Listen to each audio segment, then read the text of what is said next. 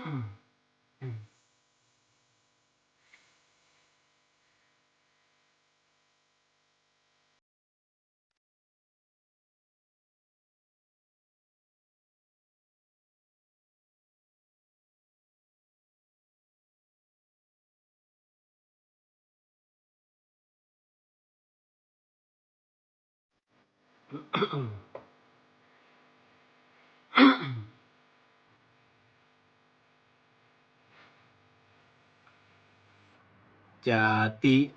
ว่าเป็นนามก่อนลังว่าบัลลอนเขียมปลาจาติว่าเป็นต้งเป็นนาบะมีแมงดาก่อนลังว่ามีต้นเข้าจาติว่าเป็นเก้าไม้ใหญ่บะมีตกโตก่อนลังว่ามีนกเกาเกิดเป็นคนเฮาแล้วบ่มีสินธรรมพระเจ้าคนเท่าเปิ้นจ้างประมาทดูแควนขอเจริญปอน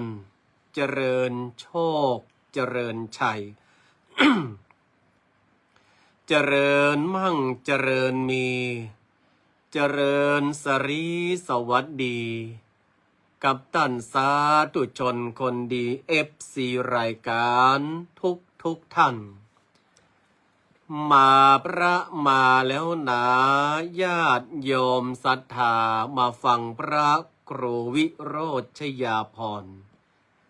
กับรายการธรรมะนึ่งกำลังใจสไตล์ล้านนาโดยอาตมาพระครูวิโรจน์ชยาพรนำรายการมาปะมามาจากับศรัทธากันแถมวันหนึ่งแต่ว่าวันพรุ่งนี้อาตมาภาพงดรายการ1 วันเพราะว่าจะได้ไปปฏิบัติศาสนกิจเทศนาทำงานขาวดำที่บ้านล้องกู่คำอำเภอเมืองจังหวัดละโปนใกล้ๆกับอำเภอป่าซางเขตแดนติดต่อกันนี่เนาะเพิ่นก็ได้อาราธนาอาตมาภาพ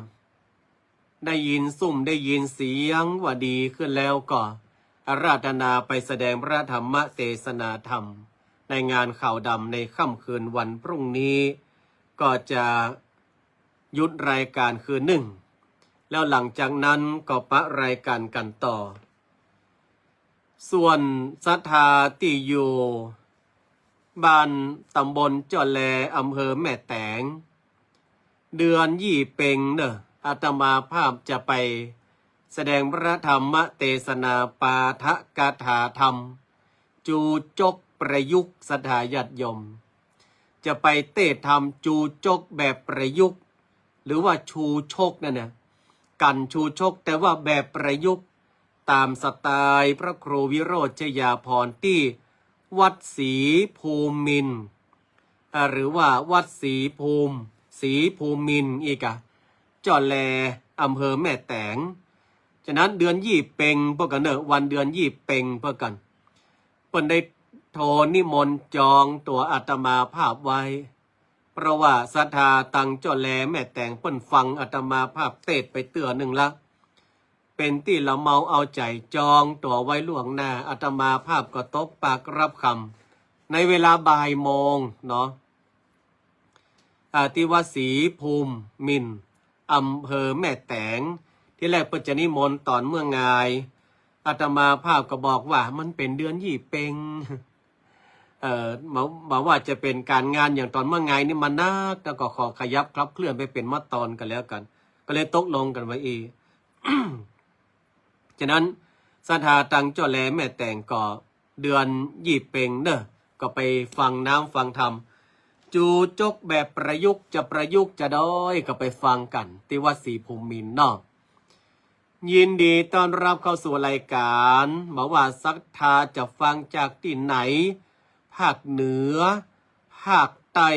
วันออกวันตกภาคกลางในประเทศไทยหรือว่าต่างประเทศทุกที่ชมรายการอาตมาภาพใดยินดีต้อนรับเนอะฟังจากที่ไหนวันนี้เป็นจะใดไปกันที่ไหนกันบ้างก็บอกกล่าวกันได้แล้วอย่าลืมแชร์รายการด้วยวันนี้อาตมาภาพก็มีนิทานธรรมชาดกเอามาโอ้ให้ฟังแล้วก็จะมีลุงใจกับไอ้แซมเข้ามาสอดแทรกตัวสักเล็กสักหน่อยเนาะเอาละเอามา ทักทายกันก่อนเจริญปอนเนอร์ไผ่แม่เรืองไรปาลีเปิ่นก็ตักแชทมาว่ากราบสาธุเจ้าตำพระครู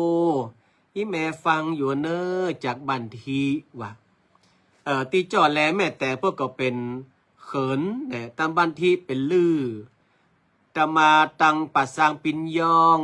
ส่วนอาตมาพาปิ้นขำมุ โอ้สุนกันไปสุนกันมาเป็นขำมุไปเหี้ยยาแม่สุแก้วคำอ้วนเนาะยาแม่สีวันโชคดวงดีคุณโยมสุดารัตน์เจือจานคุณโยมบุญชาติแล้วก็โยมนวลลดาบุญนามยาแม่ลำดวนรถเกี่ยวปิตายดวงพรกุลแดงแล้วก็โยมแม่พิชยาวงพมิตรอาจารย์วัฒนีวงพมิตรแล้วก็ผู้ที่ใช้เฟซว่ารักใครไม่เป็นพ่อเลี้ยงต้อมวิชิตศิลป์ต้องการม้าแห่ต้องการชุดลูกแก้วม้วนต้องพ่อเลี้ยงต้อมวิชิตศิลป์เนอะยายนวลอินสุวรรณกราบไหว้สาเจ้าสาธุอนุโมทนาโยมแม่ไหวพาพี่นีสุกันทรจากอำเภอแม่จันถ้าเลยจากแม่จันก็เป็นอำเภอแม่สายถ้าเลยจากอำเภอแม่สายก็เป็นท่าขี้เหล็กถ้าเลยจากท่าขี้เหล็กบ่ฮู้อาตมาภาพก็ไม่ได้อยู่ทางพูนนายละมุนกราบสาธุอิโลสาธุอนุโมทนาเนอะวันนี้นายละมุนเพื่อเข้ารายการหลังจากที่ไปซ้อเก็บแมงนุนมาไล่แล้วก็มาฟังรายการเนาะเซลเปเล่นแม่เกสรนามแก้วสาธุอนุโมทนาคุณโยมสุดารัตน์อย่าลืมแชร์รายการตัวเนอร์เพราะหลายๆคนก็ได้ชมรายการก็ย้อนว่าวัวเฮานั่นน่ะช่วยกันแชร์รายการเนาะเอาละสถาญาติโยมท่านสาธุชนทั้งหลายธรรมบทธรรมชาดกที่อาตมาภาพจะเอามาโอ้ในวันเนี้ยก็สอดสร้อยมาลากับสถานการณ์ยุคสังคมปัจจุบันมันมีกรรมที่เปิ้นกล่าวไว้ว่าสามัคคีมีค่ามหาศาลตลอดการก่อเกิดประเสริฐผลพลังงานสร้างโลกให้โสพลพลังคนช่วยสร้างชาติพัฒนา1+1+1ก็ถึงล้านสมัครสมานดวงใจไว้เถิดหนา มือสารมือมันสมองฟ้องศรัทธาย่อมฟันฝ่าอุปสรรคถึงหลักชัยมีกรรมอยู่กรรมเนี่ยเปิ้นได้รจนาได้แต่งแต้มขึ้นมาโดยผู้รู้นักปราชญ์เปิ้นได้กล่าวถึงเรื่องของสามัคคีธรรมอาตมาภาพมามองสังคมปัจจุบันเนี่ยบอกว่าสังคมน้อยสังคมใหญ่สังคมน้อยก็คือสังคมครอบครัวสังคมใหญ่ก็คือสังคมโดยทั่วไปโดยเฉพาะมามองที่งานประเพณีใส่ขันดอกปูจาเสาอินทขินที่จังหวัดเชียงใหม่มาหันถึงความสามัคคีอย่างชัดเจนเลยว่าที่ไหนมีความสามัคคีที่นั่นมีความสวยงามขนาดอาตมาภาพมาได้เดินทางไปที่งานประเพณีใส่ขันดอกปูจาเสาอินทขินแต่อาตมาภาพหันถึงความงดงามของความสามัคคีศรัทธาญาติโยมนุ่มกำลำก็เปิ้นได้โปกยกต้นเงินโปกยกต้นทองคำว่าต้นเงินต้นทองมาใจเงินใส่แต่ทองใส่เป็นเส้นเป็นกิโลมาใจเปิ้นเอาไม้เข้าสารเนาะเอาไม้เข้าสารลงขึ้นไปนี่นะแล้วเอาเข้าตอกดอกไม้เข้าใส่เป็นเครื่องขียาปูจาแล้วก็แบกหามกันมามีกล้องมาถึงหน้าที่เสาอินทขินแล้วบอกจะเอาต้นเงินต้นทองที่ผดับผดาไปด้วยดอกไม้กาใบโกศลกาดอกรักกาดอกเอื้องกาที่จะเอาใส่ให้มันสวยสดงดงามเนี่ยช่วยกันปกยกตั้งขึ้นเปรียบเสมือนพานดอกไม้ขนาดใหญ่เปรียบเสมือนพานดอกไม้ขนาดใหญ่เอาไว้ปูจาเสาอินทขินแล้วคนที่เปิดมาปกมายกเนี่ยโอ้หลากหลายอาชีพหลากหลายวัยช่วยกันมากองปกยกได้แล้วบอกแห่กองแห่กองมองจริงมองจริงมองฟ้อนกันด้วยความปีติอันนี้บอกว่าความงดงามด้วยความสามัคคีไผมาได้ไปเหียศรัทธาญาติโยมทั้งหลายจะมดจะเสี่ยงจะสุดจะซอยแล้วโยมแม่สมบูรณ์มาจ้าสาธุอนุโมทนาหมอมุ้ยแมคโครแม่บัวพัสสุวรรณนำมาแม่ไหวบอกว่าเมื่อใดจะได้มาแอวเจียงแสนแหมเจ้าโอ้ไปแน่นอนแต่เมื่อใดบ่โหเตี้ยเนาะถ้าได้ไปแอวตังปูนจะเอิญเข้าใส่เนอะว่าแม่ไหวตุจะมาแล้วนะอีเนาะอันนี้อาตมาภาพยกตัวอย่างให้หันชัดเจนว่าที่ไหนมีความสามัคคีธรรมเกิดขึ้นที่นั่นงดงามคนไปเป็นเรือนปันน่ะที่วัดเจดีย์หลวงอ่ะรถประมามีที่จอดแต่เมื่อเข้าไปในห้างแล้วผู้คนนะจะมีแต่ความปีติไปพอหน้าผามแห่เนาะไปไอตู่สุรเสาคำเนาะไผ่มาใช่หูจักไผ่ก็เตือไปคนเดียวกับไปฟ้อนตัวเปิ่นไปสองคนกับไปฟ้อนตัวเปิ่นเนี่ยใส่ขันก็อาตมาภาพนี่ปีติใจก็เลยจะเอาธรรมชาดกเรื่องการอาศัยกันด้วยความสามัคคีเนี่ยเอามาฮือศรัทธาญาติโยมท่านสาธุชนทั้งหลายได้ฟังว่าสิ่งต่างๆที่มันเกิดขึ้นซึ่งความสามัคคีนั้นมันมีความสวยงามขนาดไหนเรื่องนี้เกิดขึ้นเพราะว่าพระเทวทัตหมายปองจะเอาชีวิตองค์พระสัมมาสัมพุทธเจ้าทุกวิถีทางที่ว่าจะเอาชีวิตพระสัมมาสัมพุทธเจ้าให้ได้จนกระทั่งว่ากิ้งก้อนหินก้อนใหญ่ลงจากหน้าผามาในขณะที่พระพุทธเจ้าเสด็จผ่านมานะกะว่าจะเอาหินนั้นทับองค์พระสัมมาสัมพุทธเจ้าให้ปรินิพพานแต่ด้วยบุญญาธิการมหินตกใส่ชะง่อนผ่าแตกกระจัดกระจายเศษเล็กเศษน้อยตกลงมามีหันน้อย อยหนึ่งเสด็จสมาเตใส่ตีนพระพุทธเจ้าเลือดห่อขึ้นมาเลือดยิ้มขึ้นมาภิกขุทั้งหลายก็มาโจตนากันว่าพระเทวทัตมันดีไม่บัดดีเงากระตามเมื่อเลือดตีนพระเจ้าออกบัดดีแตะบัดดีว่าคนมาอย่างอีลำเรือในคณะที่โจตนากันเนี่ยยอมแม่น้องเรือนทองพระพุทธเจ้ารู้แล้วก็เสด็จมาที่ตุเจ้าทั้งหลายพระภิกษุทั้งหลายที่กำลังคุยกันนี่นะเมื่อตุเจ้าทั้งหลายหันพระพุทธเจ้าเสด็จมากันดักปากตุมหิเป็นผู้นิ่งอยู่พระพุทธเจ้าก็ถามเนี่ยเริ่มเงานะว่าภิกษุทั้งหลายอะไรอย่างกันภิกษุทั้งหลายก็บอกว่ากำลังโจทนากันเรื่องพระเทวทัตพระพุทธเจ้าข้าว่ามันยังนิสัยมาดีแต้มาดีว่าจักกระทำร้ายแก่องค์พระตถาคตเจ้าเนี่ยหลายเตื้อหลายหนตั้งที่ข้าเจ้าเขาได้หันพระพุทธเจ้าก็บอกว่ามันมาใจจาดนี้จาดเดียวหลอกตันทั้งหลายเฮ้ยหลายพบหลายจาดพระเทวทัตก็จองเว้นตถาคตเนี่ย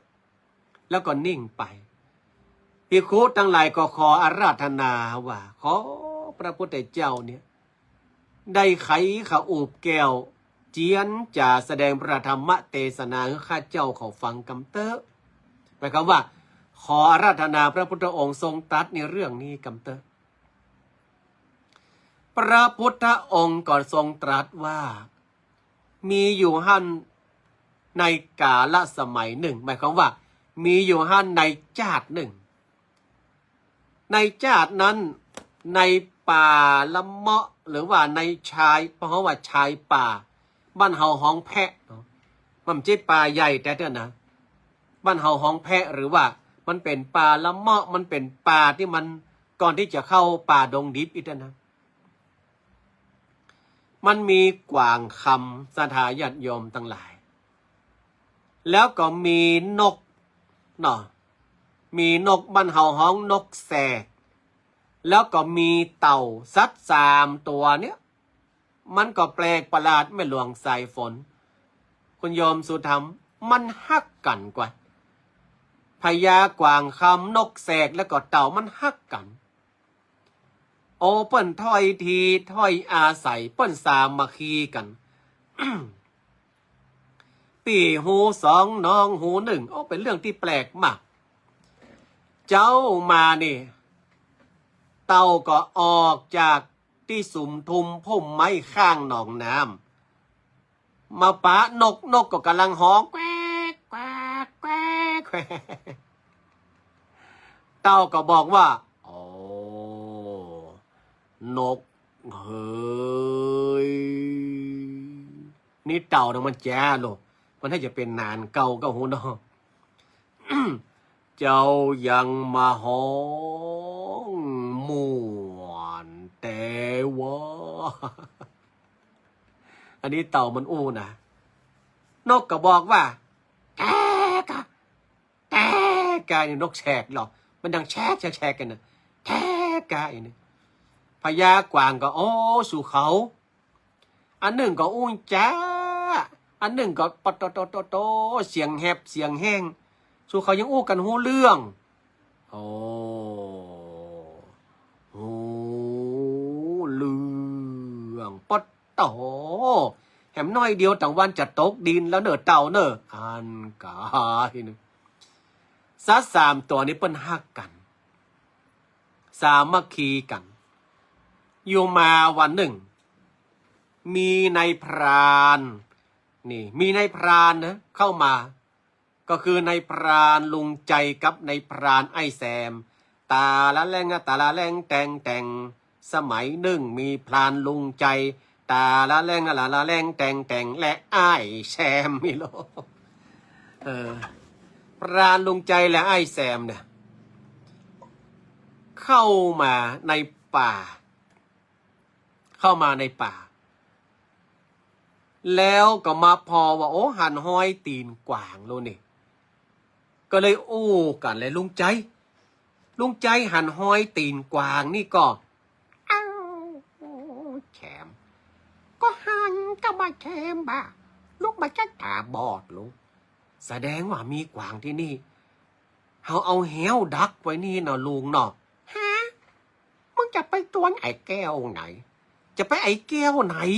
ผมว่าเอาแหวมาดักเอาแหวมาดักก็มึงจะบอกคือกูดักจักใจมันจะมีไผ่หรืออู้กันก็ได้หรอมาใจดักอย่างอันเอามาดักสัตว์เอามาดักกวางฮะมันจะไปหายุทธนาแถมหมอเอ้ยลุงใจนี่ไอ้แซมก็ยกเหี้ยวคือพออ๋อโอ้ยมันก็ว่าดักเหี้ยวก็แล้วรู้แฉมก็ผมอู้แต่เจ้าแล้วเหรอแฮอยากกินข้าวแถมหมอมาอู้กันลุงเนี่ยมันได้ชักยังละ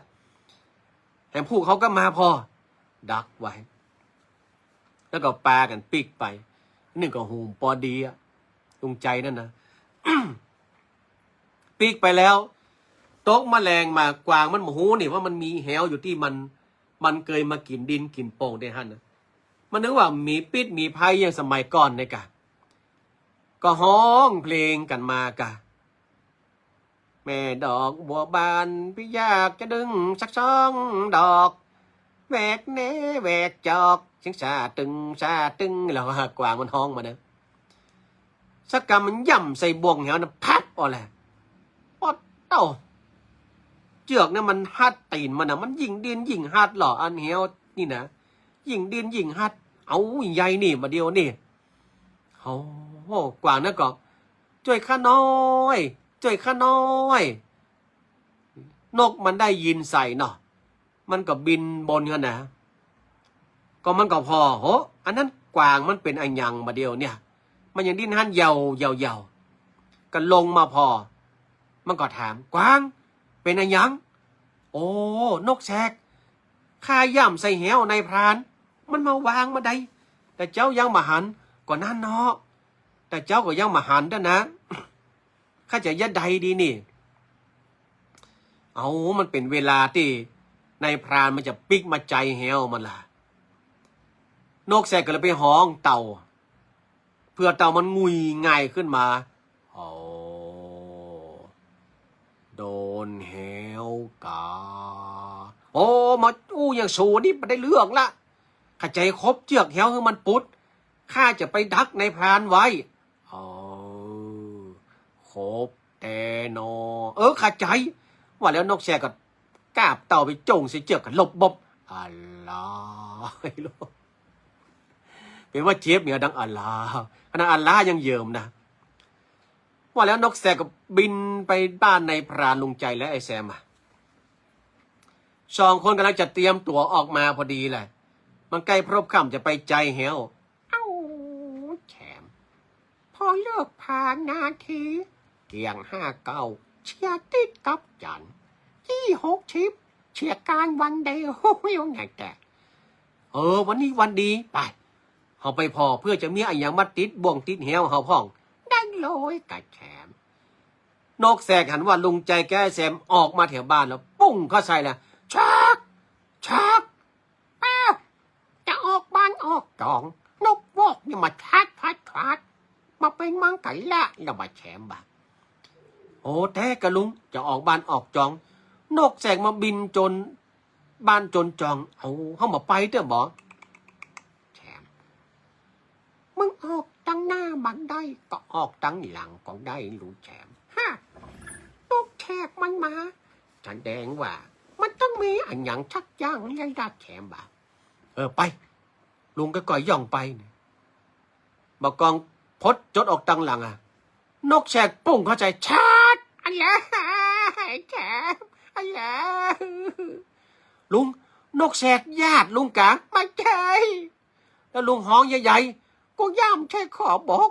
ด้ามมันปกใส่หน้าผากกูให้แฉมอะไรโอ้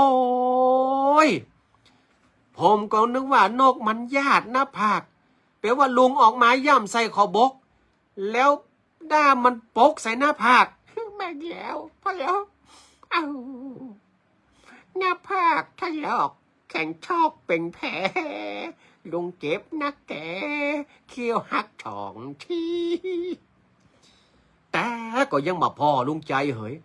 เขาบอกถึงตามอยู่ในโจโพแล้วมึงหันกะก็หันนะกะกูมาหันนะไปนกแสกไปแล้วเข้าใจปะนะเมียหน้าผากจำหมดนะลุงใจนึกว่าโดนนกมาใจว่าย่ำใส่เขาบกนี่ก็ไปใจเวลาพอสมควรนะเต่านะก็ยันเจือกนะ นกแสกบินมาล่วงหน้าหรอเสร็จหรือยังไอ้เต่า ลุงใจกับไอ้แซมมาแล้วเนอะโอ้เจือกมันเงี้ยวเขี้ยวเต่าอยู่บนหลอนนะแต่มันก็จะช่วยกันน้ำคบอยู่ฮะนะกระจายไอ้เต้ากระจายไอ้เต้าเฮือกสุดท้ายครบปุ๊ดพัดกวางคำพดได้ไปพวกเขาแยกย้ายกันหนีโอ้ยสู่เขาไปก่อนอย่าได้ไอ้เต้าข้ามามีแหงแล้วช่วงนี้มาได้กินบะกล้วยกากิมจูแม่สีวันโชคดวงดีบ่มีแหงแล้วก็ลิ้นจีแม่สมบูรณ์มาจ้าเอามางั้นเหรอมันหมดเมินแล้ว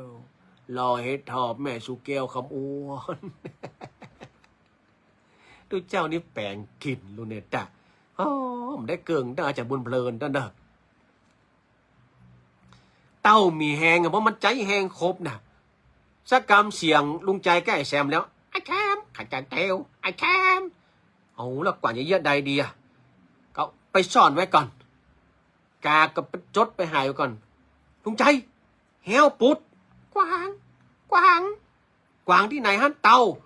มาจ้อยกวางมากินแหวเต่ามากินกวางก็บ่าโหลุงใจโดนเขาบกฟาดหน้าผากจนฟันเฟือนกะเต่าที่ไหนจะมากินกวางมันมาคบเจือกปุดนะกะเต่ามันได้กวางก็โจดเต่าเนี่ยก็มาแชมบ่าว่าแล้วก็อุ้มเต่าเข้าใส่ย่ามไว้นะใส่ถุงย่ามไว้กวางหันดังนั้นเอาไอ้เต่ามันช่วยเฮาแต่มันจะโดนยับไปจีไปต้มกินแฮแล้วแม่บอกแก้วปูคำพญากวางนั้นมาได้เรื่องละก็เลยทอมตัวไปลุงใจก็ไอ้แซมไปแถวใกล้ๆหนองน้ำโอ้ลุงใจเนี่ยน้ำก็ใสไหลก็เย็นได้มันมีป่านะกะฮะเอ้าแฉมมาก่อนที่ชักน้อยกับมันเนาะอันเฮาเดี๋ยวก็ปีกป๋อเฮาไปเซาะแปมสักน้อยไปว่าแล้วก็เอายามที่ใจเต่าห้อยไว้กับไม้ข้างหนองฮะพญากวางหันดังนั้นกับแต่งเตียวขาห่านไก่ห่านแชวโหลุงใจอันนั้นแชมโหกูว่าฉันดูอันนั้นกวางแม่งก็ฮะโหอันยังเนี่ยมาเดียวเนี่ยกูดีใจโอ้ยแฮกขำคอเพิ่งว่าโหโบราณขนาดแต่อมแฮกดีใจจนแฮกพอขำคอโหลุงใจไปกวางตัวตะกี้เนี่ยพอมาเตียวแข่ง5นั่นน่ะว่าแล้วลุงใจแก้แซมแบบล่นตัวกวางมันอ่ะกวางมันมาล่อลูกพอกองกวางล่อลุงใจแก้แซมออกไปนกแฉกมันมาบินมาจางเอาวันถุงหญ้ามันน่ะตกไปหันโบเอาตกไปหันโบเอาโอ้ยตก1ตก2กล้วยกาก็หมดรุ่นแล้ว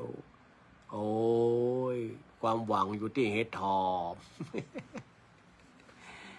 ขจายไปมันไปจมนักนี่ขจายเตียวเขาลงน้ำไปเลยกันเดี๋ยวลุงใจใกล้แซมมามึงมารอดแน่โอ้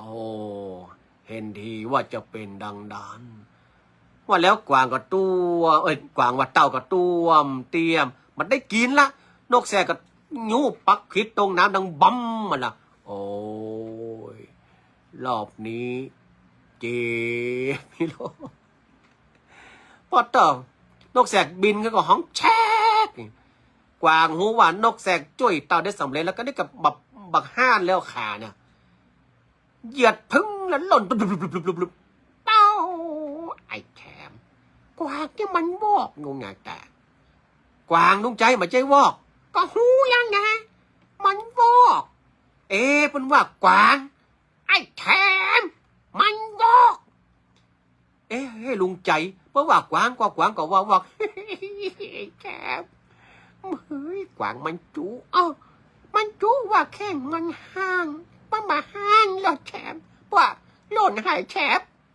โอ้เด็กอะเป็นยังก็ยังมีเตาอยู่คือแล้วก็ไปต้มเตาก็ได้ปีกมาย่ามตกลงหลุมเต้าหายแซบลุงใจเต้าหายแล้ว ไอ้แถมก็ถึงว่านกบอกก็บินมากวางก็บอกเต้าก็บอกไอ้แถมยังไม่ได้บอกนะปิ๊กไปกินน้ำพริกแดงๆต้องบาเชมบาลุงใจกับไอ้แซมนะโอ้ยังก็ไม่ได้สักอย่างได้ปีกบ้านไปกินน้ำพริกตาแดงปุ่นสัตว์3 ตัวรอดเพราะว่าอย่างเพราะว่ามีความรักและสามัคคีกันก็ถ้าหากว่าเขามีความฮักมีความสามัคคีต่างคนต่างโยมใจเรื่องกูมใจเรื่องมึง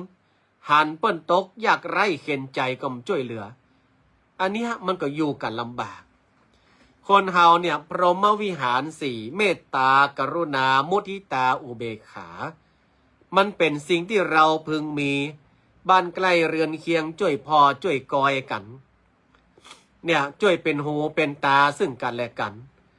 รักใคร่สามัคคีกันอย่างเนี้ยไปที่ไหนมันก็งดอยู่ที่ไหนมันก็งามสถาญาติโยมทั้งหลายถ้าเราอยู่ด้วยความสามัคคีกันนี่นะมันตึงม้วนเนอะวันนี้คลื่นมาพอค่อยดีเสียงขาดหายอีกกะ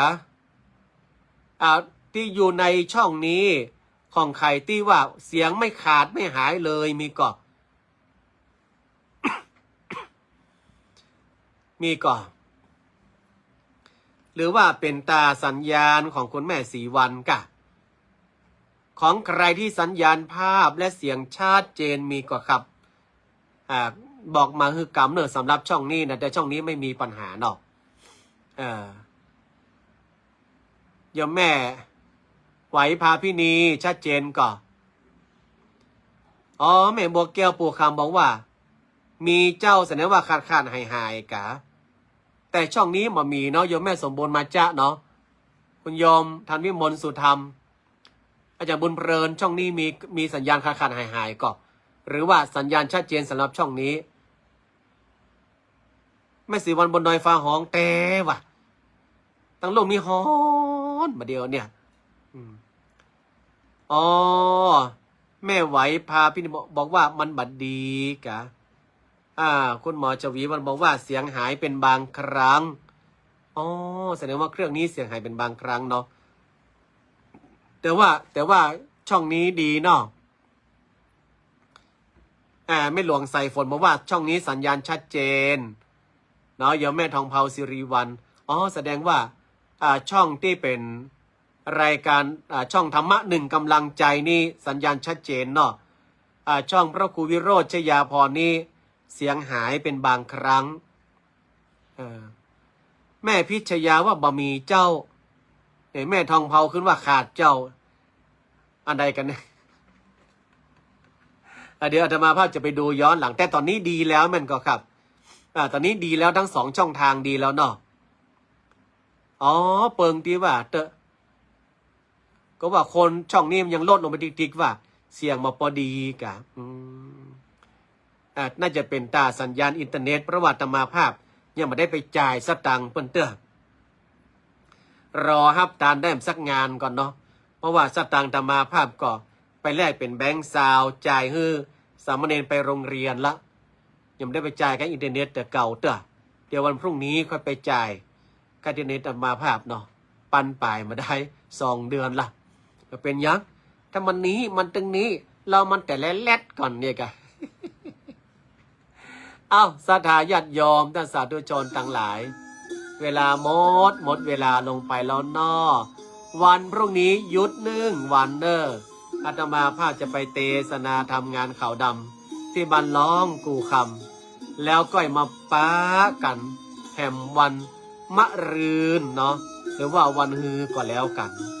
สำหรับวันนี้ก็ต้องขอสุมาภัยที่สัญญาณบ่พอดีอาจจะสาเหตุมาจากอาตมาภาพไม่ได้ไปจ่ายค่าอินเทอร์เน็ตเปิ้ลก็เป็นหยังเดี๋ยววันพรุ่งนี้ก็จะไปจ่ายค่าอินเทอร์เน็ตเปิ้ลเพื่อสัญญาณมันปีกมาอย่างเก่าอย่างหลังนอกสำหรับในค่ำคืนนี้รับเป็นสุขตื่นเป็นสุขทุกท่าน111บุญรักษา